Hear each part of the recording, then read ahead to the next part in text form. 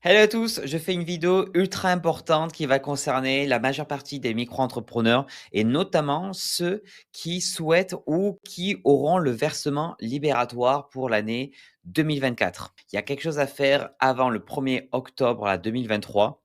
Ultra important de vérifier une petite information. Pour rappel, le versement libératoire, c'est une option qui te permet de payer un pourcentage de ton chiffre d'affaires pour payer les impôts. Ça peut être 1%, 1,7%, 2,2%. J'ai fait un article et une vidéo sur le versement libératoire, je te le mets en description. Le souci, c'est que pour pouvoir bénéficier de cette option, il faut vérifier chaque fois le revenu fiscal de référence de l'année N-2. Donc, par exemple, pour 2024, il faut regarder le revenu fiscal de référence pour l'année 2022. Ce montant, il est présent sur l'avis d'impôt qu'on a reçu en 2023. Donc là, normalement, je vais te montrer comment ça marche et ce que tu vas devoir vérifier avant le 1er octobre 2023. Donc là, tu vas sur impôt.gouv.fr et tu te rends sur l'espace particulier. Très important, l'espace particulier. Une fois que tu es dessus, tu vas pouvoir aller dans la rubrique documents. Ici, tu vas dans 2023 et tu vas récupérer l'avis d'impôt 2023 sur le revenu 2022 et tu fais visualiser PDF. Ça va te télécharger le PDF. Une fois que tu es dessus, je vais te montrer, tac, tac, tac, je zoome. Donc, sur le premier document ici, tu vas récupérer l'information qui est indiquée ici. Il y a marqué revenu fiscal de référence. Alors, vérifie bien qu'il y a bien marqué, c'est l'avis d'impôt 2023 sur le revenu 2022.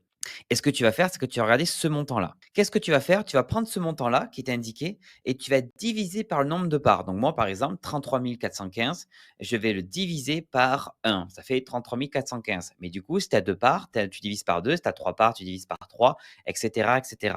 Maintenant, il va falloir que tu compares le résultat à 27 478. Si le montant, le résultat est supérieur à 27 478, tu ne peux pas avoir le versement libératoire pour 2024. Ça veut dire que si cette année, tu as le versement libératoire et que tu fais pas la demande pour l'enlever pour d'ici le 1er octobre, tu vas continuer à avoir le versement libératoire en 2024 et les impôts après te demanderont de rembourser, de régulariser ta situation. Et pour les gens qui n'ont pas encore le versement libératoire mais qui souhaitent opter pour le versement libératoire en 2024, il faut que le revenu fiscal là, que j'ai indiqué, moi, divisé par le nombre de parts, soit inférieur à 27 478. OK? Donc, je répète, si le revenu fiscal de référence divisé par le nombre de parts est inférieur à 27 478, tu as le droit au versement libératoire en 2024. Si c'est supérieur à 27 478, tu n'as pas le droit au versement libératoire en 2024. Et si tu l'as cette année,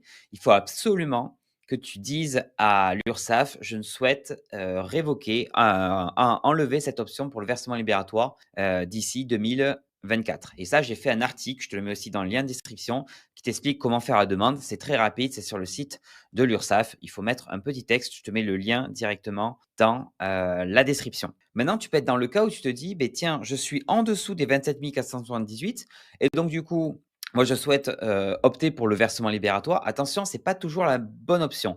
Pareil, j'ai fait un article qui t'explique à quel moment ça peut être intéressant et j'ai aussi fait un chatbot qui est payant et qui t'explique en fait comment faire une simulation pour vérifier si ça vaut le coup ou pas le versement libératoire. Voilà, j'espère que c'est plus clair. Si tu as des questions, pose-les en commentaire et surtout, si tu dois faire la demande ou l'enlever, fais-le avant le 1er octobre 2023 pour une application en 2024. Et si tu as créé ta micro-entreprise en octobre, novembre, décembre, dis-toi que tu as 3 mois pour changer l'option.